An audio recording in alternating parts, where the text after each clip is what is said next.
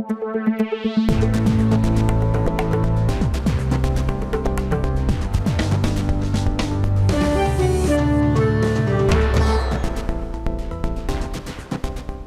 এখন জনপদে। পুরো আয়োজন জুড়ে সঙ্গে আছি আমি সুমাইরা।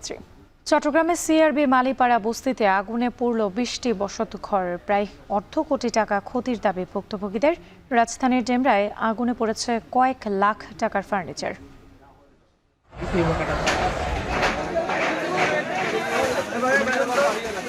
আমি এখানে ফ্লিপকার্টও তো কিছু বাইর করতে পারি নাই, তো আমি এখন পরীক্ষার হলে ঢুকতে পারবো কিনা সেটা জানি না। আমরা সবাই এখানে ঘুমাইতেছি, দেখতেছি হঠাৎ করে ধোঁয়া বেরোতেছে, এগুলো সবাই বের হওয়ার দিচ্ছে, অর্ধ ঘরটাই সবগুলো পুড়ে গেছে। এখান থেকে একটা কাগজ একটা কিছু বাইর করতে পারি নাই, ক্যাশ টাকা ছিল সব শেষ। এবং গ্যাস সিলিন্ডারের আগুন থেকেই আগুনটা লেগেছে বলে আমরা জানছি। এখানে আমরা যারা কাজ করছি এবং যারা এখানে উপস্থিত ছিল কাউকে আমরা হতাহত পাইনি।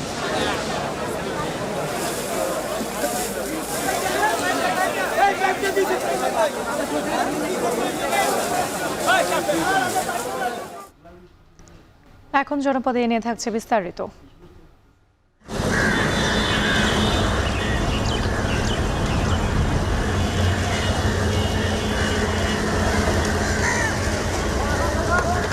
নদীটাকে একটা অপরিবেশ নদীর পরিবেশটাকে পুরোটাকে নষ্ট করে ফেলা হয়। কাজের যে গতি পাওয়ার কথা ছিল, সৌন্দর্য বৃদ্ধির জন্য করতলার যে বিষয়টি ভূমিকা ছিল সেটি লক্ষণীয় নয়। যেভাবে খনন কাজ করা হয়েছে এবং মাটি তুলে ওখানে উপরে উঠে রাখা হচ্ছে এবং পরবর্তীতে বর্ষাকালে আমরা মনে করছি এটা আবার সেই অবস্থায় আগের অবস্থায় ফিরে আসবে। এর যে খরস্রোতার যে নাব্যতার যে চেষ্টা সেটা যদি করা হয়, সত্যিকার অর্থে বগুড়ার বগুড়াবাসী দীর্ঘদিনের যে দাবি প্রত্যাশা সেটি পূরণ হবে।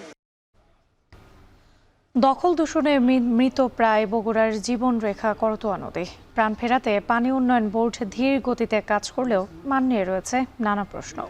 এখন জনপদে এ নিয়েও থাকছে বিস্তারিত, তবে শুরুতেই চট্টগ্রামের আগুনের খবর। ভয়াবহ আগুনে পুড়ে ছাই চট্টগ্রামের সিআরবির মালিপাড়া বস্তির 20টি বসতঘর। সর্বস্ব হারিয়ে দিশেহারা বাসিন্দারা। সকাল 5:30টায় লাগাই আগুন প্রায় 1 ঘন্টার চেষ্টায় নিয়ন্ত্রণে আনে ফায়ার সার্ভিসের 5টি ইউনিট। আগুনে কেউ হতাহত না হলেও সব মিলিয়ে প্রায় অর্ধ কোটি টাকার ক্ষতির দাবি ভুক্তভোগীদের। কাজী মাহফুজের প্রতিবেদন। দাউ দাউ করে জ্বলছে আগুন, পুড়ছে চট্টগ্রামের সিআরবির মালিপাড়া বস্তি। ভোর 5:30টায় হঠাৎ লাগা এই আগুন দ্রুত ছড়িয়ে পড়ে ঘনবসতিপূর্ণ বস্তির টিনের ঘরগুলোতে। দিকবিদিক ছোটাছুটি করতে থাকে মানুষ। খবর পেয়ে ঘটনাস্থলে ছুটে যায় ফায়ার সার্ভিসের 5টি ইউনিট। পৌনে 1 ঘন্টার চেষ্টায় নিয়ন্ত্রণে আসে আগুন। ততক্ষণে পুড়ে ছাই 20টি বসতঘর, যাতে পুড়ে যায় এসএসসি পরীক্ষার্থীর প্রবেশপত্র সহ প্রয়োজনীয় নানা কাগজ। কোলগ্রাউন্ড স্কুল থেকে এসেছি, তো আমি সকালে ঘুম থেকে ওঠার সাথে সাথে দেখে আগুন, তো আমি এখানে অ্যাডমিট কার্ডও তো কিছু বাইর করতে পারি নাই, তো আমি এখন পরীক্ষার হলে ঢুকতে পারবো কিনা সেটা জানি না। আমরা সবাই এখানে ঘুমাইতেছি, দেখতেছি হঠাৎ করে ধোঁয়া বেরোতেছে, এগুলো সবাই বের হওয়ার দিচ্ছে, অর্ধ ঘরটাই সবগুলো পুড়ে গেছে। এখান থেকে লোকটা লাগতে বাতাস যখন এদিকে গোয়া করতেছে সব দিকে আসি পড়ছে। তবে আগুনে কেউ হতাহত হয়নি। গ্যাস সিলিন্ডার থেকে আগুনের সূত্রপাত বলে ধারণা করছে ফায়ার সার্ভিস। আমরা এখানে মানুষের কাছে জানতে পারলাম এখানে যে ঘনবসতি রেলওয়ের জায়গার ভিতরে এখানে গ্যাস সিলিন্ডার ব্যবহার করা প্রচুর এবং গ্যাস সিলিন্ডারের আগুন থেকেই আগুনটা লেগেছে বলে আমরা জানছি। এখানে আমরা যারা কাজ করছি এবং যারা এখানে উপস্থিত ছিল কাউকে আমরা হতাহত পাইনি। ভয়াবহ আগুনে সহায় সম্বল হারিয়ে এখন নিঃস্ব 20টি পরিবার।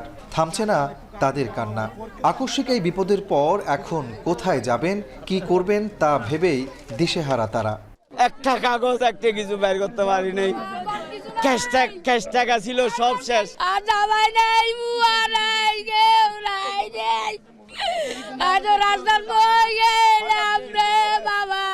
আগুন লাগতে আমি তাড়াতাড়ি ঘর থেকে জিনিস বাইর করতে চাইলাম, আমার ঘরে আগুন চলে গিয়ে আসা, আর কিছু বাইর করতে পারিনি। সকালবেলা তো অনেকে ঘর থেকে কিছুই বাইর করতে পারে নাই, তিল পরিমাণ একটা সুতো কেউ বাইর করতে পারে না এখান থেকে। বাংলাদেশ রেলওয়ের জায়গায় গড়ে ওঠা এই বস্তিতে বসবাস করে 500-র বেশি পরিবার। কাজী মাহফুজ, এখন চট্টগ্রাম। এদিকে গভীর রাতে রাজধানীর ডেমরার কোনাপাড়া এলাকায় একটি ফার্নিচারের দোকানে আগুনে পুড়ে গেছে বহু মালামাল। এতে কয়েক লাখ টাকার ক্ষতি হয়েছে বলে দাবি ভুক্তভোগী ব্যবসায়ীদের। সোমবার রাত 2টার দিকে আগুন লাগলে স্থানীয়দের কাছ থেকে খবর পেয়ে ঘটনাস্থলে যায় ডেমরা ফায়ার সার্ভিসের 2টি ইউনিট। পরে 1 ঘন্টার চেষ্টায় আগুন নিয়ন্ত্রণে আসে। ফার্নিচারের দোকানের পাশে থাকা বৈদ্যুতিক ট্রান্সমিটারের বিস্ফোরণ থেকে আগুনের সূত্রপাত বলে প্রাথমিকভাবে জানিয়েছে ফায়ার সার্ভিস।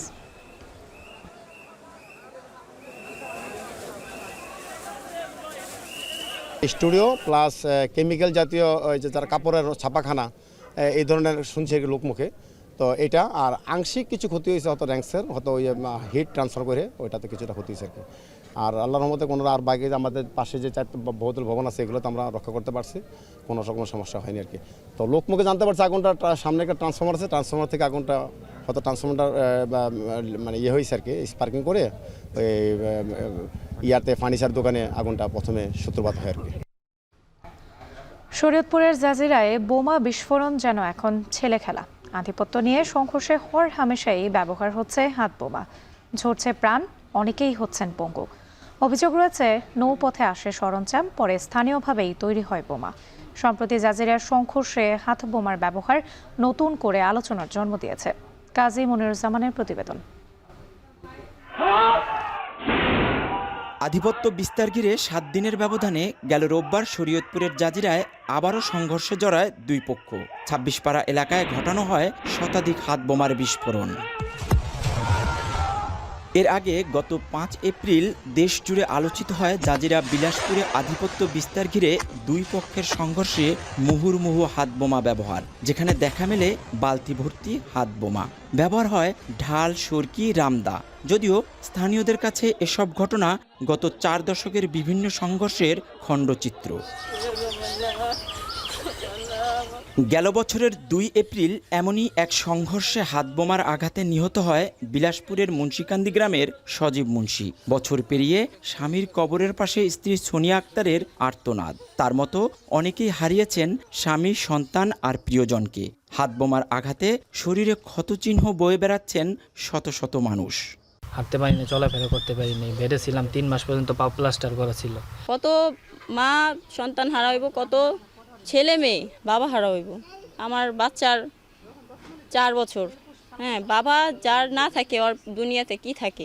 সব সময় ভয়ে ভয়ে থাকি, কখন কোন জায়গায় গ্যাঞ্জাম হইব, কখন কোন জায়গায় বোমাবাজি হইব। যদি বমের এইটা জায়গায় দেশে তো এই দেশ ঠান্ডা যাবো, বমের মার না থাকলে দেশে মার কি করবো না। ধরা খাইলে 2-1 দিনের মধ্যে জামিন দিয়ে দেয়, বেশি হইলে 5-6 দিন খাটে জামিন আইসা পরে, মানে ওর ওই ক্ষমতা। আর জলিল মাদরে টাকাও নাই, হ্যাঁ টাকা খরচও করতে পারে না, আর হ্যাঁ ক্ষমতাও নাই। যে কোনো মুহূর্তে মনে করেন যে দেখা যাইতেছে বম পড়তেছে, ভালো মানুষের উপর বোম পড়তেছে, যারা মারামারি করে তাদের উপর বোম পড়ে, মহিলা বলেন, পুরুষ বলেন। এসব হাতবোমা তৈরির রসদ কোথা থেকে আসে, কিভাবেই বা তৈরি করা হয় হাতবোমা, সে সবই জানাচ্ছিলেন বিলাসপুরের মুন্সিকান্দি গ্রামের আলী হোসেন মুন্সি। টলারে করে আনি আইনে এখান তো যায়, এই নদীতে যায়, এখন পথে তো নামাই রাখে। বাচ্চা আইনে মনে করেন যে এরা ওই পাড়ায় বাড়ি বাড়িটা হেসে ওই যে এই 1.5 ইঞ্চি 1 ইঞ্চি ছবি আছে না তারকারা, এই তারকাটার ভিতরে ভরে মামলা নিয়েছে পুলিশ বাদী হয়ে। সহিংসতা বন্ধে সামাজিক প্রতিরোধ গড়ে তোলার পাশাপাশি আইনশৃঙ্খলা বাহিনীর নানা উদ্যোগের কথা জানিয়েছেন জাজিরা থানার ভারপ্রাপ্ত কর্মকর্তা। গত 5 তারিখে যে ঘটনাটা আপনারা দেখেছেন সেটা আমরা মামলা নিয়েছি পুলিশ বাদী হয়ে, এবং ইতিমধ্যে আমরা 11 জনকে গ্রেপ্তার করতে সক্ষম হয়েছি। এই অভিযান আমাদের অব্যাহত আছে। 1984 সালে ইউনিয়ন পরিষদ নির্বাচনকে কেন্দ্র করে শুরু হয় হাতবোমার সহিংসতা। আধিপত্য বিস্তারে এখন এসব সংঘর্ষের নেতৃত্বে রয়েছে জাজিরার বিলাসপুর ইউনিয়ন পরিষদের বর্তমান চেয়ারম্যান কুদ্দুস ব্যাপারী ও তার প্রতিপক্ষ জলিল মাতবর। বর্তমানে তারা দুজনই কারাগারে। তাদের বিরুদ্ধে রয়েছে দেশের বিভিন্ন থানায় শতাধিক মামলা। 4 দশক ধরে এই অঞ্চলে চলে আসা এই সংঘাত সংঘর্ষ এখন বোমার রাজনীতিতে পরিণত হয়েছে। বিলাসপুরের বাতাসে এখন বারুদের গন্ধ ছড়িয়ে পড়েছে। বিলাসপুরের এই সর্বশেষ ঘটনার মধ্য দিয়ে বোমা আতঙ্ক থেকে মুক্ত হতে চায় এই অঞ্চলের মানুষ। কাজী মনিরুজ্জামান, এখন জাজিরা, শরীয়তপুর। বগুড়া শহরের জীবনরেখা করতোয়া নদী। প্রাচীন এই নদী দখল দূষণে এখন মৃতপ্রায়। অনেক স্থানে সরু নাব্য সংকট সহ বিলীন হয়েছে সৌন্দর্য। তবে করতোয়ার প্রাণ ফেরাতে কাজ করছে পানি উন্নয়ন বোর্ড, কিন্তু কাজের মান ও গতি নিয়ে অভিযোগ রয়েছে স্থানীয়দের। আর জানাচ্ছেন মাজিদুর রহমান। বগুড়াবাসীর জীবন জড়ানো করতোয়া নদী। এই নদীর তীরেই গড়ে উঠেছিল প্রাচীন সভ্যতা পুণ্ডবর্ধন। একসময় যাত্রী ও বাণিজ্য জাহাজে গন্তব্য ছিল এই নদী, ছিল মাঝিদের ভাটিয়ালি গানের সুর। কিন্তু সময়ের ব্যবধানে দখল, দূষণ আর ভরাটে প্রাণ হারিয়েছে নদীটি। সেই প্রাণ ফেরাতেই কাজ করছে পাওবো, হাতে নিয়েছে 4,713 কোটি টাকার প্রকল্প। বিভিন্ন ধরনের বর্জ্য ব্যবস্থাপনা নদীর মাঝে ফেলানো হয়, পরে নদীটাকে একটা অপরিবেশ মানে নদীর পরিবেশটাকে পুরোটাকে নষ্ট করে ফেলা হয়। করতোয়াটাকে প্রসারিত করার যে উদ্যোগটা নেওয়া হয়েছে, এটা যদি দ্রুত বাস্তবায়ন হয়, আমরা মনে করছি বগুড়াবাসী সহ করতোয়ার দুপারের যে মানুষ, যে জনপদ, এটা আবারও তাদের সেই প্রাণটা ফিরে পাবে। কাজে যে গতি পাওয়ার কথা ছিল, সৌন্দর্য বৃদ্ধির জন্য করতোয়ার যে বিষয়টি ভূমিকা ছিল, সেটি লক্ষণীয় নয় আর কি। 28 কিলোমিটার নদী খননের কাজ আগামী জুনে শেষ হওয়ার কথা থাকলেও এখনও কাজ বাকি 30%। তবে বর্ষার শুরুতেই খননের মাটি নদীতেই মিশে যাচ্ছে, এতেও নাব্য সংকটে আশঙ্কা বিশেষজ্ঞদের। আর তীর বাঁধানোর কাজে নিম্নমানের উপকরণ ব্যবহারের অভিযোগও তুলেছেন স্থানীয়রা। কাজ থেকে আমরা একটু আশাবাদী হয়েছিলাম, কিন্তু পরবর্তীতে দেখলাম যে কাজগুলো যে মানের হচ্ছে সেটা আসলে ওই মানের না হয়ে এটা একটা পার্মানেন্টলি একটা সিস্টেমে আমাদের মনে হয় যে কাজগুলো করা উচিত ছিল, এবং যেভাবে খনন কাজ করা হয়েছে এবং মাটি তুলে ওখানে উপরে উঠে রাখা হচ্ছে, এবং পরবর্তীতে বর্ষাকালে আমরা মনে করছি এটা আবার সেই অবস্থায় আগের অবস্থায় ফিরে আসবে। যে টাকাটা বরাদ্দ হয়েছে তার জন্য যথাযথ ব্যবহার করা হয়, একটা স্বচ্ছতা যেন থাকে। আর করতোয়াকে কেন্দ্র করে ইতোপূর্বে কিন্তু আমরা লক্ষ্য করেছি অনেক ধরনের অনিয়ম হয়েছে, বিশেষ করে দখল থেকে শুরু করে। তো সেই জায়গার থেকে যদি আমরা বেরিয়ে এসে একটা স্বচ্ছতা নিয়ে এর শোভা বর্ধন এবং এর যে খরস্রোতার যে নাব্যতার যে চেষ্টা, সেটা যদি করা হয়, সত্যিকার অর্থে বগুড়ার বগুড়াবাসী দীর্ঘদিনের যে দাবি প্রত্যাশা সেটি পূরণ হবে। তবে সব অভিযোগ অস্বীকার করে প্রকল্প কর্মকর্তা বললেন, টাস্কফোর্সের মাধ্যমে কাজের তদারকি করায় কোনো অনিয়মের সুযোগ নেই। এসপি ব্রিজ থেকে ডিস্ট্রিক্ট অফিস পর্যন্ত স্লোপ প্রোটেকশন এবং ওয়াকওয়ে নির্মাণ করা হচ্ছে। সেইখানে আমাদের টাস্কফোর্স রয়েছে, তারা গুণগত মান এবং পরিমাণ পরীক্ষা নিরীক্ষা করে সেখানে দিচ্ছে, তারপরে সেগুলো কিন্তু ব্যবহার করা হচ্ছে। সুতরাং গুণগত মান এবং পরিমাণ আমরা 100% এনশিওর হয়ে কিন্তু সেগুলো ব্যবহার করা হচ্ছে, সেখানে কোনো রকমের সুযোগ নাই। এই উন্নয়ন নদীর প্রাণ ফিরিয়ে আনার পাশাপাশি কৃষি এবং মৎস্য খাতে ইতিবাচক ভূমিকা রাখবে। করতোয়া নদীকে নতুন জীবন দিতে হলে প্রকল্পের কাজ সময়মতো ও গুণগতভাবে সম্পন্ন করতে হবে, এমনটি দাবি বগুড়াবাসীর। দখল, দূষণ এবং মৃতপ্রায় এই করতোয়া নদীকে বাঁচাতে যে প্রকল্প হাতে নেওয়া হয়েছে তার কাজ প্রায় শেষ পর্যায়ে। তবে এই প্রকল্পের ধীর গতি এবং অস্বচ্ছতা নিয়ে রয়েছে বিস্তর অভিযোগ। শহরবাসী চান এই করতোয়াকে সৌন্দর্য বর্ধন করে পর্যটন কেন্দ্রিক গড়ে তোলা হোক। বগুড়ার গোকুল থেকে মাজিদুর রহমান, এখন। বিনামূল্যে 33 লাখ মানুষকে স্বাস্থ্য সেবা দিতে নদীবেষ্টিত দুর্গম অঞ্চলে ভাসমান হাসপাতাল কিং আবদুল্লাহ বিন আব্দুল আজিজ। এক অঞ্চলের মানুষ সেবা পাবেন 2.5 থেকে 3 মাস পর্যন্ত। সেবায় সন্তুষ্ট হলেও দুর্গম এলাকায় স্থায়ী সেবা কেন্দ্র খোলার অনুরোধ জানিয়েছেন সেবা গ্রহীতারা। রাজীব শেখের ছবিতে চাঁদপুর থেকে ফিরে এসে আরো জানাচ্ছেন মুজাহিদ শুভ।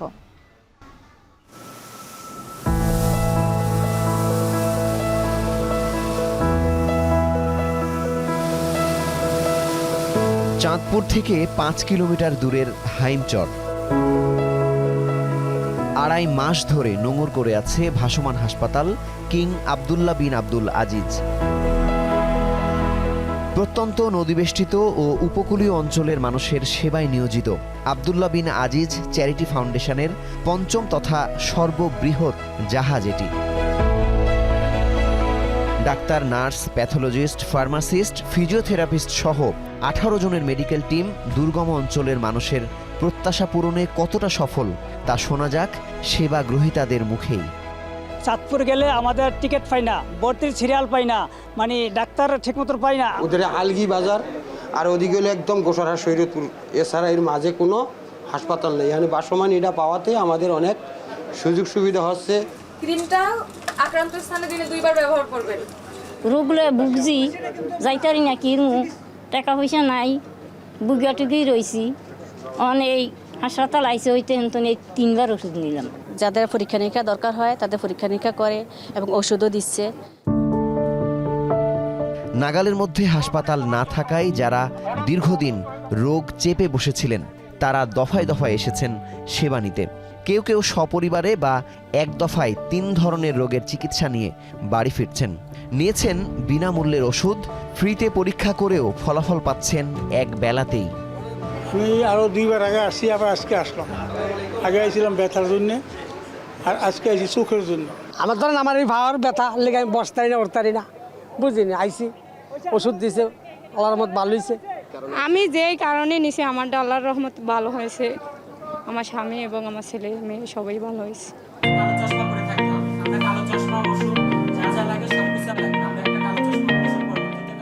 মাতৃ ও শিশু স্বাস্থ্য, মুখ, দাঁত, নাক, কান, গলা, বার্ন, প্লাস্টিক ও রিকনস্ট্রাকটিভ সার্জারির মতো জটিল সমস্যার সমাধান মিলছে এই ভাসমান হাসপাতালে। অস্পষ্ট দৃষ্টি নিয়ে যারা বেঁচেছিলেন তারা বিনামূল্যে করাতে পারছেন চোখের ছানি operation.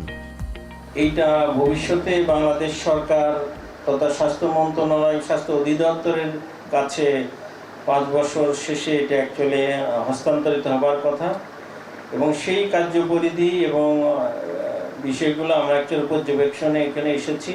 This is a journey, আমরা সব একসাথে করব উইথ কমিটমেন্ট টু ব্রিং যারা অনেক দূরে, those who are far away, so that you become the center of our responsibility. দেশের দুর্গম অঞ্চলের মানুষ দূরের হাসপাতালে গেলেও অনেকেই একদিনে চিকিৎসা শেষ করে ফিরে আসতে পারেন না, সাধ্যমতো খরচ করার পরেও।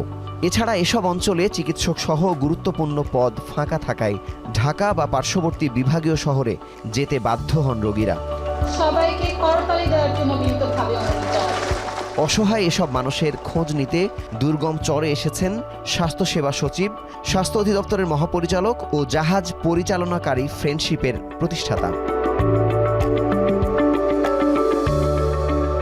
সামাজিক উন্নয়ন সংস্থা ফ্রেন্ডশিপের তত্ত্বাবধানে 5টি ভাসমান জাহাজ ইতিমধ্যেই 3 লক্ষ মানুষের স্বাস্থ্যসেবা নিশ্চিত করেছে, কিন্তু আগামী 5 বছরে তাদের লক্ষ্য 33 লক্ষ রোগীর কাছে পৌঁছানো। কিন্তু এই সোনার হরিণ একেবারেই ছাড়তে চান না এই দুর্গম চরের মানুষেরা। তারা চান কিং আব্দুল আজিজ হিউম্যানিটেরিয়ান ফাউন্ডেশনের মাধ্যমে স্থায়ী কোনো ব্যবস্থা করা, যাতে তারা নিয়মিতভাবে এই দুর্গম অঞ্চলে তাদের স্বাস্থ্যসেবা নিশ্চিত করতে পারেন। মুজাহিদ শুভ, হাইমচর, চাঁদপুর। গেল বছরের বন্যায় ক্ষতিগ্রস্ত হয় কুমিল্লা বুড়িচং সংযোগ সড়ক, কিন্তু 8 মাসেও সংস্কার না হয় প্রায়ই ঘটছে দুর্ঘটনা।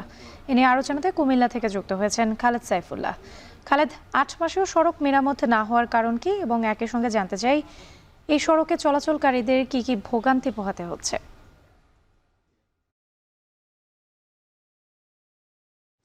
24-এর ভয়াবহ বন্যায় কুমিল্লায় বাড়িঘরের যেমন ক্ষতি হয়েছে, তেমনি কিন্তু এই যে সংযোগ সড়কটি কুমিল্লা জেলা সদরের সাথে বুড়িচং এবং ব্রাহ্মণপাড়া 2টি উপজেলার সংযোগ সড়ক, কিন্তু এটি এরকমভাবে বুড়িচংয়ের যতগুলো সড়ক রয়েছে সবগুলোই কিন্তু ব্যাপকভাবে ক্ষতিগ্রস্ত হয়েছে। কিন্তু এখন পর্যন্ত সেই সড়কগুলোর সংস্কার না হয় মানুষজন কিন্তু খুবই দুর্ভোগে পড়ছেন। প্রতিনিয়ত এই সড়কগুলো দিয়ে এখানকার প্রায় 10 থেকে 15 লাখ মানুষ কুমিল্লা শহরে এবং সিলেট রোড, ব্রাউনবাড়িয়া সড়ক, সেখানে কিন্তু যাতায়াত করে থাকেন। তো তারা কিন্তু খুবই দুর্ভোগে পড়ে থাকেন এবং এখানে যে সড়কগুলো খানাখন্দকে অনেক বেশি ক্ষতিগ্রস্ত হয়েছে। এখন এগুলো কোনো রকমভাবে স্থানীয়রা সেগুলোতে চলাচলের উপযোগী করেছেন, কিন্তু আসলে এটিতে নিয়মিত চলাচল যারা করছেন তারা খুবই ভোগান্তিতে পড়ছেন এবং প্রশাসন থেকে সেই রাস্তাগুলো চিহ্নিত করা হয়েছে যেগুলো সংস্কার করা হবে, কিন্তু এখন পর্যন্ত কোনো তৎপরতা নেওয়া হয়নি এবং এখন পর্যন্ত এই সড়কগুলোর সংস্কার না হওয়ায় মানুষজন কিন্তু খুবই দুর্ভোগে পড়ছেন প্রতিনিয়ত। যারা চলাচল করছেন চালকরা বলছেন যে প্রতিদিনই এখানে দুর্ঘটনা ঘটে থাকে এইসব সড়কগুলোতে এবং বুড়িচংয়ের 16 নং ইউনিয়ন, সদর ইউনিয়ন এবং ওখানে বাক্সিমূল ইউনিয়ন সহ আজ্ঞাপুর বিভিন্ন জায়গায় কিন্তু সড়কের এই মূল সড়কগুলোর বাইরেও ফিডার রোডগুলো রয়েছে, গ্রামীণ সড়কগুলো ব্যাপকভাবে ক্ষতিগ্রস্ত হয়েছে। সেগুলোর কিন্তু এখন পর্যন্ত কোনো সংস্কার হয়নি, যার কারণে এখানকার এই বন্যা পরবর্তী পুনর্বাসনের যে কর্মসূচি তাতে সড়কের সংস্কার না হয় এই যে জেলার সদরের সাথে দুটি উপজেলার সড়কের সংযোগ পুরোপুরি বলা যায় যে ক্ষতিগ্রস্ত এবং মানুষজন এটাতে প্রতিনিয়ত আসলে দুর্ভোগ পোহাচ্ছেন। এবং তারা বলছেন যে এগুলো আসলে এখন পর্যন্ত সংস্কার না হওয়ায় মানুষজনকে যে দুর্ভোগ পোহাচ্ছেন এটা নিয়ে কোনো উদ্যোগ নেওয়া হচ্ছে না। এটা দ্রুতই সমাধান করা প্রয়োজন, না হলে আবার পরবর্তীতে বর্ষা আসছে এবং বর্ষাকাল আসলে বৃষ্টির দিনগুলোতে এই রাস্তাগুলোর অবস্থা আরও বেহাল হবে। এবং এখানে এই যে পণ্যবাহী যানবাহন চলাচল করছে, অ্যাম্বুলেন্স চলাচল করে, আমরা দেখছি যে এই সড়কের এখানে যে চিত্রটুকু খারাতাই এলাকায় এরকমভাবে কিন্তু সামনের দিকে ব্রাহ্মণপাড়া পর্যন্ত এবং সেখানে বাক্সিমূল, আজ্ঞাপুর বিভিন্ন সড়কেই কিন্তু একই রকম পরিস্থিতি। এখানে যদি সংস্কার কাজ এই দ্রুত সময়ের মধ্যে যদি নেওয়া না হয় তাহলে কিন্তু এই দুর্ভোগ আরও বাড়বে। রাত্রি সামুদ্রিক মাছের প্রজনন ও সংরক্ষণের জন্য শুরু হয়েছে সাগরে মাছ শিকারে 58 দিনের নিষেধাজ্ঞা। এর মধ্যে তীরে ফিরতে শুরু করেছেন জেলেরা। এ নিয়ে আরও জানাতে কক্সবাজার থেকে যুক্ত হয়েছেন মন্তোষ সুবেদজ্ঞ। মন্তোষ, আপনার কাছে জানতে চাই, এই যে নিষেধাজ্ঞা দেওয়া হয়েছে, নিষেধাজ্ঞা বাস্তবায়নে প্রশাসনের পক্ষ থেকে আসলে কি ধরনের পদক্ষেপ নেওয়া হয়েছে এবং এই সময় জেলেরা আসলে কি ধরনের সহায়তা পাবেন?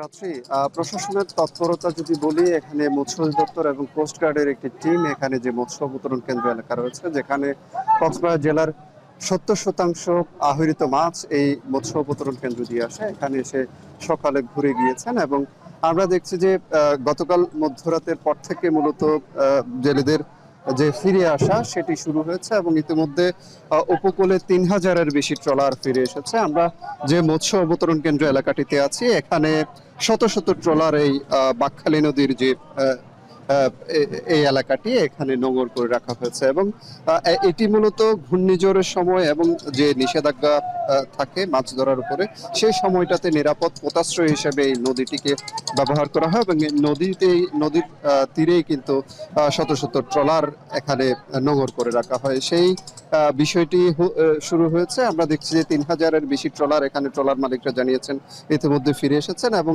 বাকি যে ট্রলার এখানে কক্সবাজার অঞ্চলে 5113টি নিবন্ধিত নৌযান রয়েছে, এর বাইরে আরো অনিবন্ধিত কয়েক হাজার নৌযান রয়েছে। এই নিবন্ধিত নৌযানগুলোর মধ্যে আরো কয়েক হাজার ট্রলার ইতিমধ্যে উপকূলের পথে রওনা হয়েছেন, সাগর থেকে তীরের দিকে রওনা হয়েছেন, সেই বিষয়টি ট্রলার মালিকরা আমাদের জানিয়েছেন। এবং এই যে একটি 58 দিনের একটি নিষেধাজ্ঞা, এই সময়টাতে মৎস্য বিভাগের পক্ষ থেকে যেটি জানানো হয়েছে যে 86 কেজি করে চাল জেলেদেরকে সহায়তা হিসেবে দেয়া হবে এবং খুব শিগগির সেটি বিতরণ শুরু হবে, সেটি মৎস্য বিভাগের পক্ষ থেকে আমাদের জানানো হয়েছে। তবে এ বিষয়ে আমরা জেলেদের সাথে কথা বলেছি, জেলেরা যেটি বলছেন যে এই যে দীর্ঘ একটি সময় তাদের বসে থাকতে হয়, সেই সময়টাতে মাত্র 86 কেজি চাল আসলে তাদের যে জীবন ধারণ কিংবা পরিবার নিয়ে যে কাটানো, সেই সময়টি আসলে রীতিমতো অসম্ভব হয়ে পড়ে। কারণ এখানে যারা জেলে পেশার সাথে জড়িত রয়েছেন তারা মূলত অন্য কোনো পেশার সাথে যেহেতু তাদের সম্পৃক্ততা নেই, তারা যেহেতু অন্য কোনো কাজও পারেও না, সে কারণে তাদের এই সময়টা আসলে বেকার সময় কাটাতে হয় এবং বিগত সময়ে তারা যে স্বল্প পরিমাণে অর্থ জমাতে পারেন সেই চেষ্টা তারা করেন, সেই টাকা দিয়ে তারা চলার চেষ্টা করেন এবং মূলত মহাজনদের কাছে ধার দেনা করে তারা এই নিষেধাজ্ঞার সময়টা কাটান। এবং এই সময়টাতে এখানে ট্রলার মালিকরা যেটি জানিয়েছেন যে তারা মূলত ট্রলারের সংস্কার কাজ থেকে শুরু করে নানা ধরনের কাজে আসলে এই সময়টা ব্যয় করেন, জাল বোনার কাজগুলো করেন এবং সব মিলিয়ে আসলে নিষেধাজ্ঞাটি যখন চলে জেলেদের একটি অস্বাভাবিক সময়, আসলে অস্থির একটা সময় তাদের যায় এবং এই সময়টাতে যাতে সরকারি প্রণোদনা আরো বাড়ানো হয় সেই বিষয়টি তারা আসলে দাবি জানিয়ে আসে। এবং এই যে ভারতের সাথে সময় মিলিয়ে যে মাছ ধরার নিষেধাজ্ঞা সময়টি পুনর্বিন্যাস করা হয়েছে, এই কারণে আমরা জেলেদের মাঝে একটি স্বস্তি এবং আশার আলো তাদের মাঝে তারা দেখেছেন, সেটি তারা আমাদেরকে জানিয়েছেন। রাত্রে এই ছিল কক্সবাজার মৎস্য অবতরণ কেন্দ্র থেকে সবশেষ। নববর্ষ উপলক্ষে ব্রাহ্মণবাড়িয়ায় বসেছে 2 দিন ব্যাপী ঐতিহ্যবাহী শুটকি মেলা। মেলায় দেশীয় নানা প্রজাতির মাছের শুটকির পসরা সাজিয়েছেন দোকানিরা। 100 বছরেরও বেশি পুরনো এই মেলায় খবর জানাতে নাসিরনগর থেকে যুক্ত হয়েছেন আজিজুল সঞ্চয়। সঞ্চয়, আপনার কাছে জানতে চাই, মেলায় আসলে কি ধরনের আয়োজন রয়েছে এবং ব্যবসায়ীদের সঙ্গে আপনার কথা হয়েছে কিনা, তারা আসলে কি বলছেন?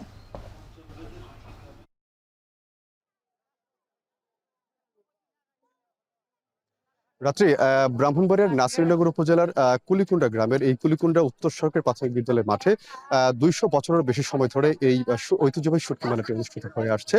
এবং এখানে কিন্তু এই যে শুটকি মেলা, আসলে যে শুটকির এই যে একটা পসরা, অর্থাৎ এখানে দেশীয় যে বিভিন্ন প্রজাতির মাছের শুটকির পসরা কিন্তু এখানে সাজিয়ে বসেছেন এখানকার যারা ব্যবসায়ী আছেন। রাত্রে এখানে আমরা যেটি দেখতে পেয়েছি, এখানে এখন পর্যন্ত প্রায় 150-র মতো দোকান বসেছে এখানে শুটকি নিয়ে। এখানে কিন্তু দেশীয় প্রজাতির শুটকির পাশাপাশি সামুদ্রিক বিভিন্ন মাছের শুটকিও আমরা দেখতে পাচ্ছি। এবং তবে আসলে রাত্রি এই যে শুটকির দাম নিয়ে আসলে আমরা ক্রেতা বিক্রেতার মধ্যে একটি মিশ্র প্রতিক্রিয়া দেখতে পেয়েছি।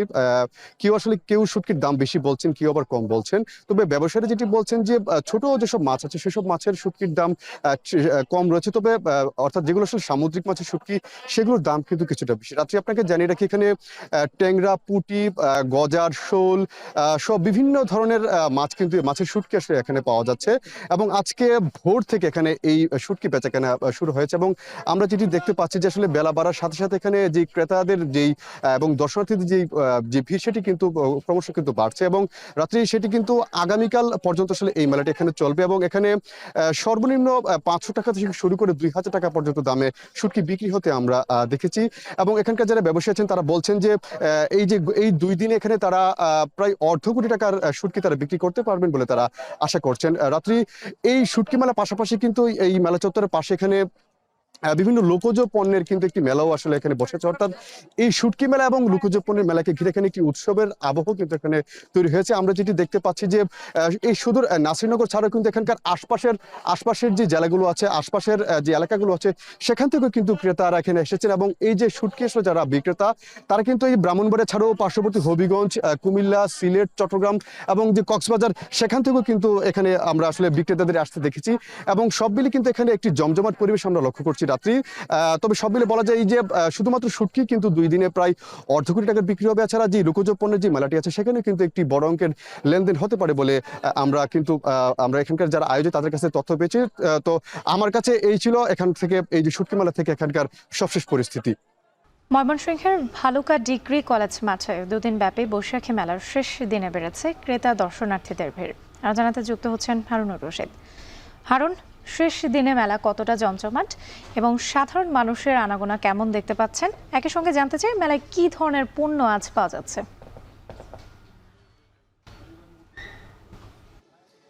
রাত্রি ময়মনসিংহের ভালুকা ডিগ্রি কলেজ মাঠে 2 দিন ব্যাপী যে বৈশাখী মেলা, যেটি গতকাল শুরু হয়েছিল পহেলা বৈশাখ, এই মেলার কিন্তু আজকে শেষ দিন। এবং শেষ দিনে এসে কিন্তু আমরা দেখতে পাচ্ছি যে মেলার যে বিভিন্ন ধরনের স্টল রয়েছে সেই স্টলগুলো কিন্তু ইতিমধ্যেই খুলতে শুরু করেছে। তবে এখনও সবগুলো স্টল কিন্তু খোলেনি। বিশেষ করে গত রাতে ঝড়ে মেলার যে অবকাঠামো এর বেশ কিছু ক্ষতিগ্রস্ত হয়েছে, যার কারণে সবগুলো দোকান বা সবগুলো স্টল কিন্তু এখনও খুলেনি। তারপরেও যে স্টলগুলো খুলেছে সবগুলো স্টলেই কিন্তু মানুষদের ভিড় আমরা দেখতে পাচ্ছি। অর্থাৎ বেলা যতই বাড়ছে ভিড়ের পরিমাণ কিন্তু ততই বাড়ছে। আমরা দেখতে পাচ্ছি যে মেলার যে স্টলগুলো রয়েছে সেই স্টলগুলোতে কিন্তু মানুষজন আসছেন এবং তাদের ছোট ছোট সন্তানদের, বাচ্চাদের কিন্তু নিয়ে আসছেন এই মেলায়। এসে তাদের পছন্দ মতো যে সামগ্রী রয়েছে সেগুলো তারা কিন্তু কিনছেন। আমি যদি একটু বলি, আসলে এটি বৈশাখী মেলা। আমরা আগে যেমন দেখেছি বৈশাখী মেলায় কিন্তু মাটির জিনিসপত্র বেশি থাকতো বা হস্তশিল্প, গ্রামীণ আবহে যেগুলো তৈরি হতো সেগুলো যেমন বেশি থাকতো, কিন্তু মেলার ধরন কিন্তু এখন পাল্টেছে। এখন কিন্তু সে অবস্থা নেই। এখন আমরা মেলা প্রাঙ্গণে যে স্টলগুলো দেখতে পাচ্ছি, বিশেষ করে শিশুদের খেলনার, এখানে কিন্তু সবচেয়ে বেশি দেখা যাচ্ছে প্লাস্টিকের খেলনা সামগ্রী। এবং এই প্লাস্টিকের যে খেলনা সামগ্রীগুলো রয়েছে সেগুলোতেই কিন্তু মানুষজনেরও ভিড়ও বেশি। 2-1টি মাটির তৈরি জিনিসপত্রের খেলনার স্টল রয়েছে, কিন্তু সেগুলোতে মানুষের আগ্রহ ঠিক প্লাস্টিকের পণ্যে যতটুকু আগ্রহ সেগুলোতে কিন্তু ততটা নেই। আমরা দেখতে পাচ্ছি প্লাস্টিকের খেলনা সামগ্রীগুলোতে কিন্তু মানুষের ভিড় রয়েছে। এবং এছাড়াও এখানে কিন্তু বিভিন্ন ধরনের স্টল রয়েছে, যেমন বিভিন্ন ধরনের খাবারের দোকান রয়েছে, নারীদের জন্যে অলংকারের দোকান রয়েছে এবং এখানে তৈরি পোশাকের দোকান রয়েছে এবং সব মিলিয়ে কিন্তু এই যে মেলাটি চলছে সব ধরনের পণ্যই কিন্তু এখানে পাওয়া যাচ্ছে। তবে মেলার যারা আয়োজক রয়েছেন এবং যারা বিক্রেতা রয়েছেন তারা যেটি বলেছেন, মূলত মেলাটি বিকেল দিকে কিন্তু বেশি জমে, অর্থাৎ দুপুরের পর থেকেই মেলার আকার এবং পরিধি মানুষজনের ভিড় আরও বাড়ে। তো আজকেও তারা আশা করছেন আজকে যেহেতু শেষ দিনে মেলা আরও বেশি জমজমাট হবে এবং তাদের বেচাকেনা সেটি আরও বাড়বে। তো এই ছিল আমার কাছে ময়মনসিংহের ভালুকা ডিগ্রি কলেজ মাঠ থেকে বৈশাখী মেলার সর্বশেষ খবর। বগুড়ায় আলুর ফলন ভালো হলেও দাম কমে যাওয়ায় বিপাকে চাষিরা। পর্যাপ্ত সংরক্ষণ ব্যবস্থা না থাকায় উৎপাদন মূল্যের চেয়ে কম দামে আলু বিক্রি করতে বাধ্য হচ্ছেন তারা। এ নিয়ে আরও জানাতে যুক্ত হচ্ছেন রাজীব সেলিম। কৃষকরা প্রতি কেজি আলু কত টাকায় বিক্রি করছেন আর তাদের প্রতি কেজি আলু উৎপাদনে কত টাকা খরচ হয়েছে, এবং একই সঙ্গে জানতে চাই ক্ষতি মোকাবেলার বিষয়ে কৃষি বিভাগ কি বলছে।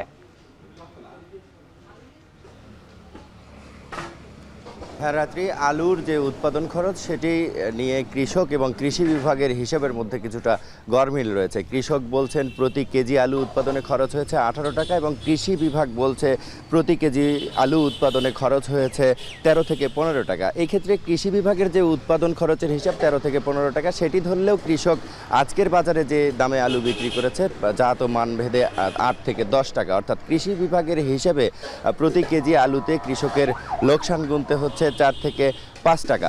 এদিকে কৃষক এবং কৃষি বিভাগের হিসেবের গড় মিলেও 4 থেকে 5 টাকা রয়েছে। কৃষকের হিসাব ধরলে সেক্ষেত্রে 8 থেকে 9 টাকা প্রতি কেজি আলুতে কৃষকের লোকসান গুনতে হচ্ছে। এই বিষয়ে কৃষি বিভাগে আমরা কথা বলেছি। কৃষি বিভাগের কর্মকর্তারা আমাদেরকে জানিয়েছেন যে যখন কোনো পণ্যের ফলন বাম্পার হয় এবং যে চাহিদা থাকে, চাহিদার চেয়ে অপ্রতুল যখন সরবরাহ থাকে, তখন সব ধরনের পণ্যেরই কিছুটা দাম কমে যায়। সেই হিসেবে আলুর দামও এবছর কমেছে। এছাড়া কৃষি বিভাগ বলছে যে শুধুমাত্র তারা উৎপাদন এবং চাষাবাদের দিকে নজরদারি করেন, আলুর দাম বা বিক্রয় বিপণনের বিষয়ে তাদের কোনো সেরকম কোনো তদারকি থাকে না, যে কারণে দামের বিষয়ে কৃষি বিভাগ বলতে পারেননি। আমি একটু জানিয়ে রাখি যে এবছর বগুড়ায় আলু 53,000 হেক্টর জমিতে আলুর চাষাবাদ করা হয়েছিল, যেখান থেকে 13 লাখ মেট্রিক টন আলু উৎপাদন হয়েছে। এবং কৃষি বিভাগ আরও বলছেন যে এই এখন মৌসুমের শেষ সময়ে এসে আলুর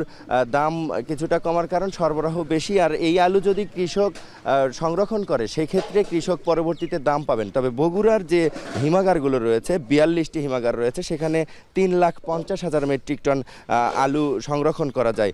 সেই হিসেবে 8 থেকে 10 লাখ মেট্রিক টন আলু কিন্তু কৃষকের ঘরে থেকে যায়। আর এই আলু ঘরে থাকার কারণে কৃষক এখন বাজারে আসছেন আলু নিয়ে, এবং বাজারেও সরবরাহ বেশি হওয়ার কারণে আসলে সরবরাহ বেশি থাকার কারণে আসলে দাম কৃষক কম পাচ্ছেন, এমনটি জানিয়েছেন আমাদেরকে। এই ছিল আমার কাছে বগুড়া থেকে আলুর দরদাম নিয়ে সবশেষ খবর। রাত্রি। বগুড়া থেকে যুক্ত ছিলেন সহকর্মী রাজীব সেলিম। ফরিদপুরের পদ্মার চরাঞ্চলে প্রতি বছরই বাড়ছে ভুট্টার আবাদ। পতিত জমিতে ফসলের চাষ করে পরিবর্তন এসেছে এই অঞ্চলের মানুষের জীবনে। এছাড়া উৎপাদন খরচ কম ও বাজারের চাহিদা থাকায় লাভবান হচ্ছেন প্রান্তিক কৃষক। মফিজুর রহমান শিপনের পাঠানো তথ্য ছবিতে বিস্তারিত। গত কয়েক বছরে ফরিদপুরের চরাঞ্চলের চাষিরা প্রথাগত চাষ ছেড়ে ঝুঁকছে লাভজনক ফসলে। জেলার দুর্গম চরাঞ্চল ছেয়ে গেছে সবুজে, যেখানে বিভিন্ন জাতের ভুট্টা আবাদ করছেন কৃষকেরা। চলতি বছরের রবি মৌসুমে জেলা জুড়ে 6,000 হেক্টর জমিতে ভুট্টার আবাদ হয়েছে, আর উৎপাদন লক্ষ্যমাত্রা নির্ধারণ করা হয়েছে 60,000 টন। চাষিরা বলছেন এবারে আবহাওয়া ভালো থাকায় পদ্মা ও মধুমতি চরাঞ্চলে ফলন ভালো হয়েছে। এছাড়া প্রতি বিঘা জমিতে সর্বোচ্চ 17,000 টাকা ব্যয় করে সেখান থেকে 40 থেকে 45,000 টাকার ভুট্টা বিক্রির আশা করছেন তারা। ভুট্টার ফসল খুব ভালো হয়েছে, দামও ভালো, সবাই খুশি হয়েছে। হ্যাঁ, এই দেশে কিনে কিনে অন্য দেশে নিয়ে নিয়ে বেচতেছি, বিক্রি দিতেছি। ফলন হয়েছে 1.5 বিঘা হয়েছিল 40 মন, বেশ ছিল 50 টাকা করে, 1050। ভুট্টা ইনশাল্লাহ ভালোই হয়েছে, ভুট্টা সব জায়গায় যায়। কৃষি বিভাগ বলছে প্রতি বছরই লক্ষ্যমাত্রার তুলনায় বেশি জমিতে ভুট্টার আবাদ হচ্ছে। এছাড়া কৃষকদের এই চাষে আগ্রহী করতে বিনামূল্যে বীজ বিতরণ সহ নানান উদ্যোগ নেওয়া হয়েছে বলেও জানান কর্মকর্তারা। পদ্মা অববাহিকায় বেশ কিছু চর আছে, এই চরের যে আমাদের প্রতি জমিগুলি আছে, দিন দিন এটি ভুট্টা চাষের আওতায় চলে আসছে এবং আমরা আশা করছি আগামীতে ভুট্টা যেহেতু একটি লাভজনক ফসল, পাশাপাশি এটি একটি গবাদি পশুর ফডার ক্রপ হিসেবেও ব্যবহার করা হয়, সেদিক থেকে কৃষকরা যেহেতু এখানে একটা ভালো একটা মুনাফা পায় এবং আমরা আশা করছি যে আগামীতে ভুট্টার আবাদ আরও এখান থেকে সম্প্রসারিত হবে। গেল বছর এই জেলায় 11,527 টন ভুট্টা উৎপাদন হয়, যার বাজার মূল্য ছিল 34,58,00,000 টাকা। এখন ফরিদপুর। ঝালকাঠিতে বাণিজ্যিকভাবে ফুলের মধু চাষ করে সফলতা পেয়েছেন মৌচাষিরা। প্রাকৃতিকভাবে ফুল থেকে আহরণ করা খাঁটি মধুর ভালো দাম পাওয়ায় লাভবান হচ্ছেন তারা। জেলায় উৎপাদিত মধু স্থানীয় চাহিদা মিটিয়ে চলে যাচ্ছে দেশের বিভিন্ন এলাকায়। আরও জানাচ্ছেন আলামিন তালুকদার। তিল, সূর্যমুখী, সরিষা সহ নানা ফুলের বাগানে বসানো হয়েছে শত শত মৌবাক্স। সেখান থেকেই সংগ্রহ করা হচ্ছে খাঁটি মধু। ঝালকাঠির তরুণ উদ্যোক্তা ওয়াহিদুল ইসলাম রানা 2018 সালে মাত্র 80টি বাক্স নিয়ে শুরু করেন মৌচাষ। লাভজনক হওয়ায় বর্তমানে জেলার বিভিন্ন জায়গায় 5 শতাধিক বাক্স বসিয়ে প্রতি সপ্তাহে সংগ্রহ করছেন 25 থেকে 30 মণ মধু। বাজারে প্রতি মণ মধু বিক্রি হচ্ছে 22,000 টাকা দরে, আর খুচরা বাজারে প্রতি কেজির দাম 700 টাকা। খাঁটি ও প্রাকৃতিক মধু কম দামে পাওয়ায় মৌখামারে প্রতিদিন ভিড় করছেন ক্রেতারা। এই মধু স্থানীয় চাহিদা মিটিয়ে সরবরাহ করা হচ্ছে দেশের বিভিন্ন এলাকায়। আমি এই জেলায় তিল এবং সূর্যমুখী মধু সংগ্রহ করি এবং এবছর আমার টার্গেট 30 থেকে 35 মণ মধু সংগ্রহ। শ্রমিক মাছের কাজ হচ্ছে ফুল থেকে মধু সংগ্রহ করে বক্সে রাখার পরে আমরা এটা মেশিন দিয়ে সংগ্রহ করার পরে বাজারজাত করি। তিলের মাঠে মধু সংগ্রহ করতেছি। আমার কাজ হলো মধুটা বের করা মেশিনের মাধ্যমে, এবং এই মধুর ব্যাপক পরিমাণে বাজারজাতকরণের চাহিদাও আছে। মৌচাষীদের প্রশিক্ষণ দেয়া সহ সব ধরনের সহযোগিতা করা হচ্ছে বলে জানান এই কর্মকর্তা। ঝালকাঠির কোনো উদ্যোক্তা এই পেশা গ্রহণ করতে চায়, বেসিক তাদেরকে কারিগরি প্রশিক্ষণ এবং আর্থিক সহায়তা করতে বদ্ধপরিকর। বেসিক দীর্ঘদিন ধরে এই শিল্পের সাথে যারা জড়িত তাদেরকে সহায়তা করে আসছে। ঝালকাঠি জেলায় এবছর 1000 বাক্স বসিয়ে প্রায় 10,000 কেজি মধু উৎপাদনের লক্ষ্য নির্ধারণ করেছেন মৌচাষীরা। আল আমিন তালুকদার, এখন ঝালকাঠি। সময়ের সাথে জৌলস হারিয়েছে শীতল পাটি। পাটি বুননে আগের মতো আমেজ নেই পাটি শিল্পীদের বাড়িতে।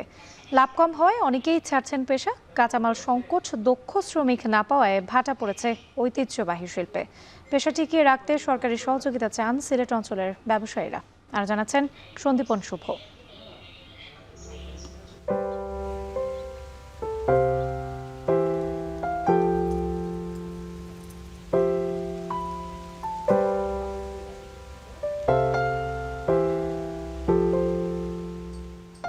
সিলেটের বালাগঞ্জে বাঘা নদীর পাড়ে ছবির মতো সাজানো গ্রাম কাশীপুর। ছোটবেলা থেকেই শীতলপাটি বুননের কারিগর হিসেবে সুনাম রয়েছে এই গ্রামেরই রায়না বেগমের। নিপুণ দক্ষতায় এই নারী পাটিতে ফুটিয়ে তোলেন ফুল, পাখি, তাজমহল সহ বিভিন্ন ধরনের নকশা। রায়না জানান, ঝুপঝাড় থেকে তুলে আনা মুর্তাকে কয়েক ধাপে প্রক্রিয়াজাত করে তৈরি করতে হয় এসব শীতলপাটি। এক একটি পাটি তৈরি করতে সময় লাগে 1 থেকে 1.5 মাস পর্যন্ত। তবে উৎপাদন খরচের বিপরীতে তেমন লাভ থাকে না বলে জানান তিনি। আজকে 15 দিন হয়ে যার ইসান ধরে আনান ফারা কষ্ট নানি কষ্ট, প্রচুর কষ্ট। এই কষ্ট আনমান গিয়া দাম হয় না। রায়না বেগমের মতো শীতলপাটি নিয়ে আক্ষেপের শেষ নেই সিলেটের অন্যান্য কারিগরদের। হাড় ভাঙা শ্রমে তৈরি শীতলপাটির সুদিন না থাকলেও এখনও অনেকেই ধরে রেখেছেন এই পেশা। তবে আর্থিক সংকটে বেশিরভাগই বদলে ফেলেছেন পেশা। আগে 1200 শ্রমিক আসলো যেতগুলা মহাল ছিল, কিন্তু মহালে ফুসাইতো না। আর এখন আসে মাত্র 50 থেকে 60 জন। আমরা আরো বাচ্চা খাইচা আছে, আমরা ফুসে না। এখানে আমরা যাই টাকা পয়সা যাই থাকতো, তো আমরা আইনতি করলাম। দুর্দশার গল্প শোনালেন শীতলপাটির জন্য সবচেয়ে বিখ্যাত মৌলভীবাজারের রাজনগর উপজেলার তুলাপুর গ্রামের কারিগররা। 2017 সালে বিশ্বব্যাপী তাক লাগিয়ে ইউনেস্কো পুরস্কার পান এই গ্রামেরই পাটিশিল্পী গীতেশ চন্দ্র দাস। সেই বাড়িতেও এখন নেই শীতলপাটি বুননের ব্যস্ততা। সংশ্লিষ্টরা জানান, কাঁচামাল সংকট, দক্ষ শ্রমিক না পাওয়ায় ভাটা পড়েছে এই শিল্পে। দেখো, আমি আইদের কাজটা শিখতাম না, আমি আজকে 6টা সার্টিফিকেট পাই না। আমি বর্তমানে যতদিন জীবিত আছি ততদিনই থাকবো। কোনো মতে 4টা ভাত দিন, কোনো মতে 1-2 বেলা ভাত খাওয়ার সুযোগ আছে, কিন্তু ছেলেমেয়েদের লেখাপড়া করার কোনো সুযোগ নেই। ব্যবসায়ীরা বলছেন কালের বিবর্তনে এখন ক্রেতা বিক্রেতার সমাগম নেই বললেই চলে। পেশা টিকিয়ে রাখতে সহযোগিতা চান তারা। এখন শীতল পাটিগুলা খুব কম চলে আগর লাগান চলেন না। যে শ্রমিকটা তার শ্রমের মূল্যটা ঠিকমতো পাচ্ছে না, তাই সেই এটাকে তৈরি করার উৎসাহটা সে দিন দিন হারিয়ে ফেলতেছে। তবে পাটিশিল্পীরা চাইলে আগামীতে সহযোগিতার হাত বাড়িয়ে দিবে জেলা প্রশাসন, বলছেন সিলেটের জেলা প্রশাসক। তা আমরা তাদের সাথে একসাথে কাজ করে যাচ্ছি, হয়তো আরও বেশি কাজ করার সুযোগ আছে আমাদের। আমরা সেই ক্ষেত্রগুলো দেখব এবং সেই অনুযায়ী তাদের সাথে আমরা ইনভলভ হওয়ার চেষ্টা করব। একই সাথে বাণিজ্যিকভাবে এই জিনিসগুলো লাভবান হবে কিনা সেই জিনিসগুলো আসলে যারা ব্যবসায়িক কাজে জড়িত তারা হয়তো বলতে পারবে। তবে তাদের যদি এরকম কোনো উদ্যোগ থাকে, প্রচেষ্টা থাকে, আমরা তাদের সাথে থাকব। সিলেট বিভাগে এখনও এই শিল্পের সাথে জড়িত 200-র উপরে পাটিশিল্পী। সরকারি পৃষ্ঠপোষকতা, সঠিক প্রশিক্ষণ এবং ন্যায্য মূল্য পেলে কালের বিবর্তনে হারিয়ে যাওয়া এই জগৎ বিখ্যাত শীতল পাটিও পেত অর্থনৈতিকভাবে সাফল্য। এমনটাই প্রত্যাশা পাটিকর সহ সংশ্লিষ্ট ব্যবসায়ীদের। সন্দীপন শুভ, এখন সিলেট। শেষ করছি এখন জনপদে। এখন টেলিভিশন ওয়েবসাইটে দেখতে ভিজিট করুন www.ekon.tv। এছাড়া ফেসবুকে দেখতে ভিজিট করুন facebook.com/tv.ekon এবং ইউটিউবে এখন টেলিভিশন দেখতে ভিজিট করুন youtube.com/c/ekontv।